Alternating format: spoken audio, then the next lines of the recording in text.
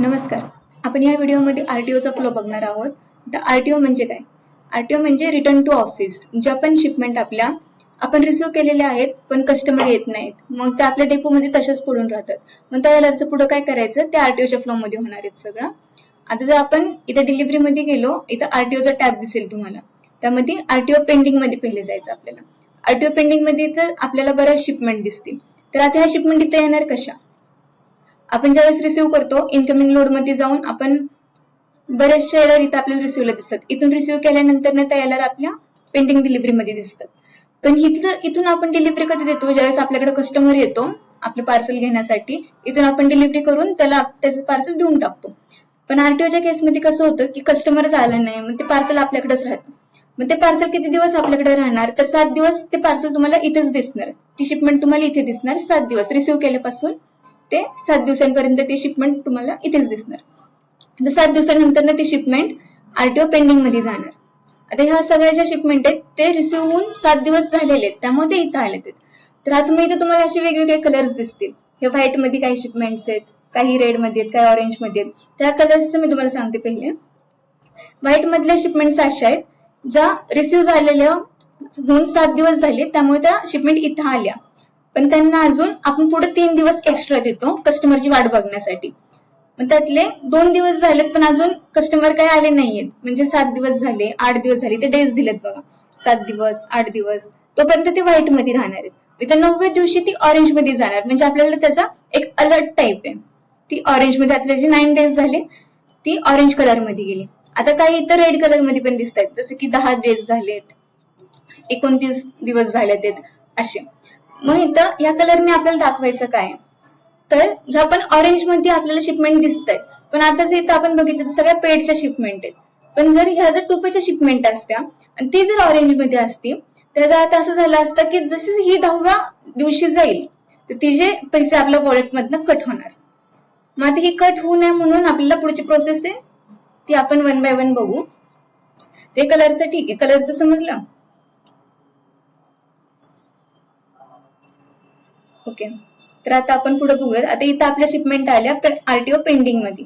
आता इथून पुढे काय करायचं? इथून पुढे आपण इथे चेकबॉक्स दिलेले आहेत. आपल्याला कोणकोणत्या ऑर्डरचा मेनिफिस्ट क्रिएट करायचा आहे. इथं खाली आपल्याला 2 बटन दिसतील, एक जनरेट मेनिफिस्ट आणि एक add crossing and generate manifest. आता या दोन्ही बटन मध्ये फरक काय? जनरेट मेनिफिस्ट जर आपण केलं, आता सपोज आपण इथल्या एक एलरला जनरेट मेनिफिस्ट करू, हे सिलेक्ट ऑल केले, तिथं ऑल सिलेक्ट होतील. आता आपण 1 बाय 1 पण करू शकतो. आता ह्या एलआर साठी आपण जनरेट मेनिफिस्ट करूयात.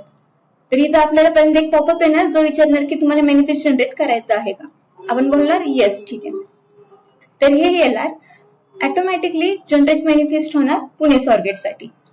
मग इथून पुढे आपला नॉर्मल एलआर सारखा फ्लो आहे. इथं मग फायनलाइज वर जाऊ शकतो आपण, नाही तर डायरेक्ट मग डिलिव्हरी मध्ये आरटीओ मध्ये फायनलाइज पेंडिंग मध्ये जायचं. RTO finalise pending. आता इथे लक्षात घ्यायची गोष्ट अशी आहे की इथं फायनलाइज चे मेनिफिस्ट आपल्याला इथं पण दिसतात, पण इथं आपले नॉर्मल एलआरचे मेनिफिस्ट येणार आहेत सगळे, आणि आरटीओ चे फायनलाइज या आरटीओच्या टॅब मध्येच दिसणार आहे.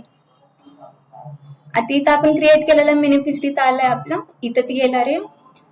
त्याचा मेनिफिस्ट नंबर क्रिएट झालाय जो की आरटी नी क्रिएट झाले. आपले नॉर्मल मेनिफिस्ट एमएन नी क्रिएट होतात, आरटीओचे मेनिफिस्ट आरटी नी क्रिएट झाले, जी की आपली वाशीवरून पुणे स्वारगेटला जाणार आहे. इथून आपण फायनलाइज करू. ती फायनलाइज करताना जी तुमची प्रॉपर डिटेल आहे ती तुम्ही टाकायची आहे इथे.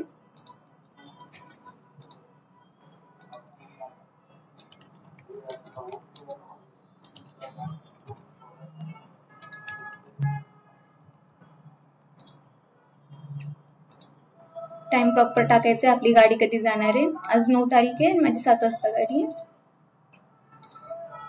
ठीक आहे, इथं येस फायनलाइज वर आपण क्लिक केले. तर आता आपला हा आरटीओचा मेनिफिस्ट फायनलाइज झाला. हा एकदम नॉर्मल फ्लो आहे, फक्त इथं आपण त्याला सेपरेट दाखवलेला आहे. आता पुढे आपल्याला स्वारगेटसाठी पार्सल जाणार आहे. तर बाकी ऑर्डर्स एकदा चेक करूया. आता आपली ती ऑर्डर गेली, ती ऑर्डर इथून पण गेली ऑरेंज कलर मध्ये जी होती ती. आता एक तुम्हाला ऍड क्रॉसिंग करून दाखवते. जर तुमच्या डेपो पासून डायरेक्ट पुणे स्वारगेट साठी गाडी नसेल तर मग तुम्ही काय करणार? परत आपण एक सिलेक्ट करू.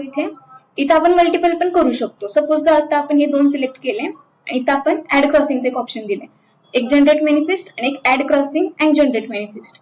इथे जायचे, इथं तुमच्या डेपोचं नाव आणि इथं पुणे स्वारगेटचं नाव बाय डिफॉल्ट येईल. आता मध्येच जर तुम्हाला डायरेक्ट गाडी नाहीये तर तुम्ही इथं